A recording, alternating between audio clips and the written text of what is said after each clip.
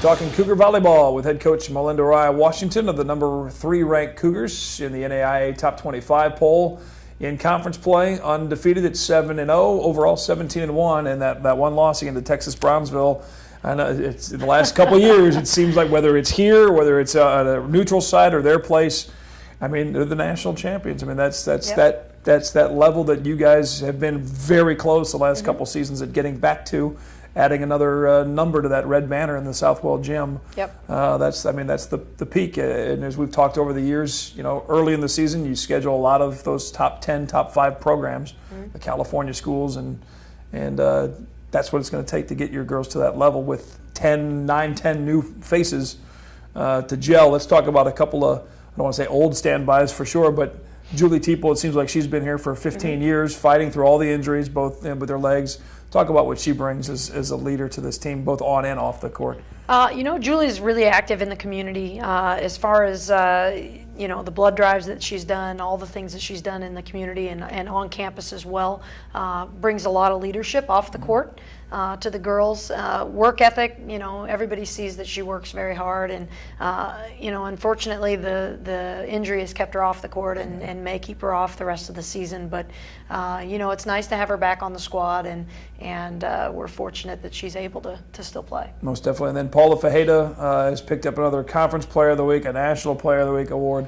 How can you figure out a way to keep her eligible to just stick around for a few more seasons? She is calm, cool, and collected. Even in the most recent match with Park, when things were getting a little sideways in the second set, you could always just tell with number 7 things were going to be just fine and you were going to be okay. Yeah, she brings great stability to the team, and she's a tremendous player. She's a great athlete and an intelligent player. That's more than anything. There's a lot of setters out there in the NAIA even that are maybe more athletic than she is, but she is able to make the right decisions. She gets her body in a position where she knows where the blockers are on the other side of the net. She's the one that when we're doing our pregame in the locker room, we have our binders. She's the one making notes in there and really paying attention, and she's a student of the game. I provide the girls with the tools to be successful on the court. We always have a pregame evaluation. We do carry binders. Each girl has a game plan before we go out there. They all have an evaluation of every player on the other team.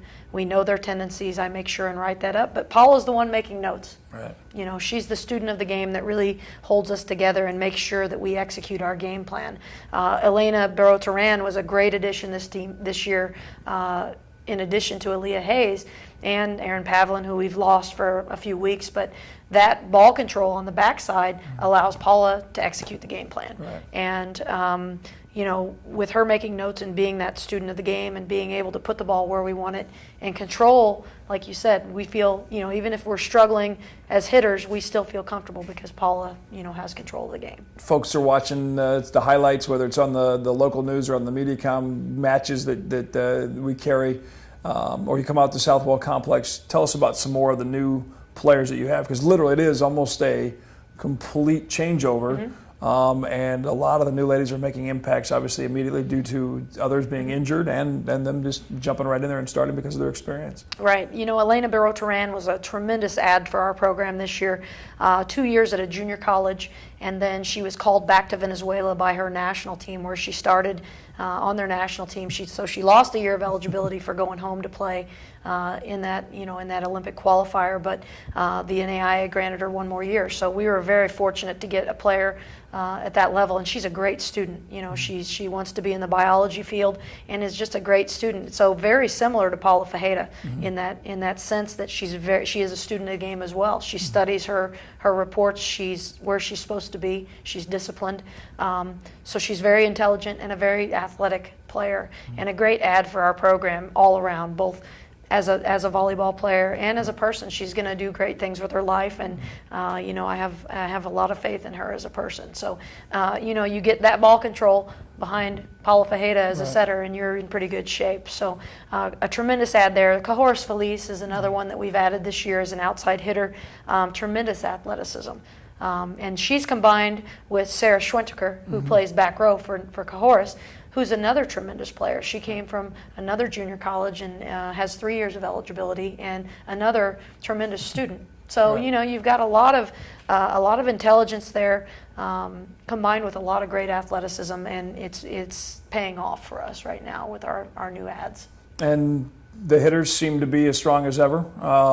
You always got to be cautious if you come to Southwell to aware when warm-ups are. Don't wander. Watch your head. Don't wander too far underneath where the baskets are, and just be aware when you're heading to your seats, especially if you've already gotten your popcorn or your Cougar dog. Kelly Corkum, everybody. I mean, just the hitters are seem to be on their game strategy-wise. I mean, you have your system, but have you, because of the influx of as many different players, have you changed anything at all with last year's group to this group, and what would that be? We have a little bit. We've changed our defensive schemes just a little bit to allow Elena a little bit more space, and also on the other side of the court, allow Aaliyah a little bit more space, because with those two, Aaliyah was an All-American last year, and with those two digging on opposite sides of the court, it's just we had to make some changes to funnel the ball in the right direction some, and then also just to give them more space to operate, because we've had some collisions already between the two of them. They almost knocked each other out at Kansas Wesleyan. We had a major collision, had to stop the game, and the athletic trainers had to come out to make sure everyone was okay. But if there's a ball up for grabs, both of them are converging, and it's scary. I try not to look sometimes when those two are on the court together. That's when you because move your binder up instead of don't want to see that. But they're going to get the ball. The ball's going to get up, and it's not going to drop on our half. And we have made some changes. We separated them. I didn't want them side by side back there, so we made a few changes to keep them separate. And then once we get Aaron Pavlin back, it adds even more ball control.